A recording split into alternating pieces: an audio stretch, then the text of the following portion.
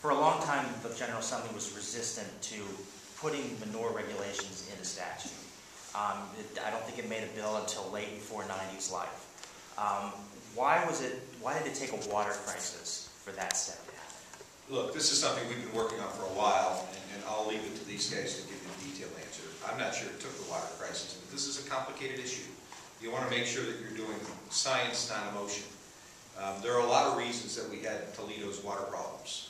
Management of the Toledo water plant is certainly one of them. But the reality is we all recognize that this problem is not going to get fixed unless we identify it and address it. And still, it's a multifaceted problem. As Representative Beakey mentioned, the numbers indicate that certainly agriculture is a component, but there are a lot of other components as well.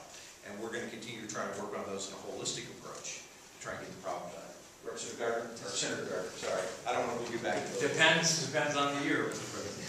I appreciate that. Just happened to have, Mr. Providence, just happened to have with me the chronology of the last 4 years that the legislature and the governor's office have worked on this issue. In fact, 2 months after the Ag Nutrients Water Quality Work Group issued its report in March of 2012, we established the Healthy Lake Erie Fund, which dealt with the key things was ag best practices and tributary monitoring.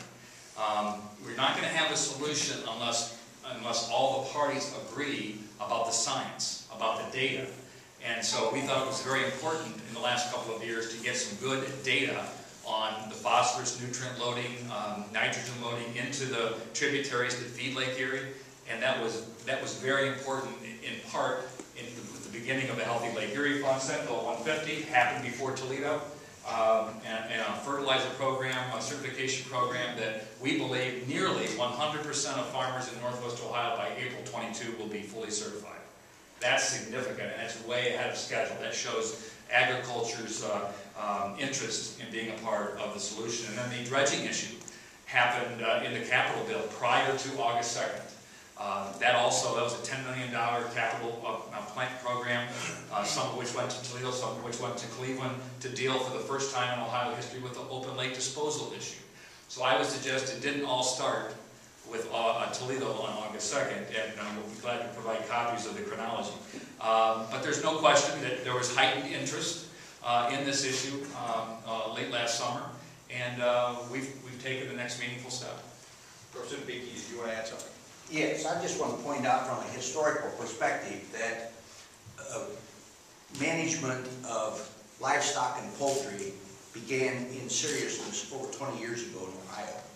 And in 2000, when we transferred permitting from for CAFOs, concentrated animal feeding operations, the largest, from the EPA to the Department of Agriculture, that is a program that is in place for 15 years and it's working. You don't hear of problems of degradation coming from CAFOs. In addition, the smaller livestock and poultry operations currently work with their local soil water conservation districts to develop nutrient management plans.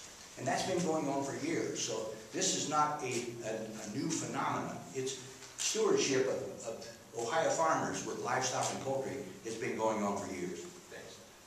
Other questions? You guys touched on this a little bit, but how much of an impact will this have on the issue? Is this bill a big part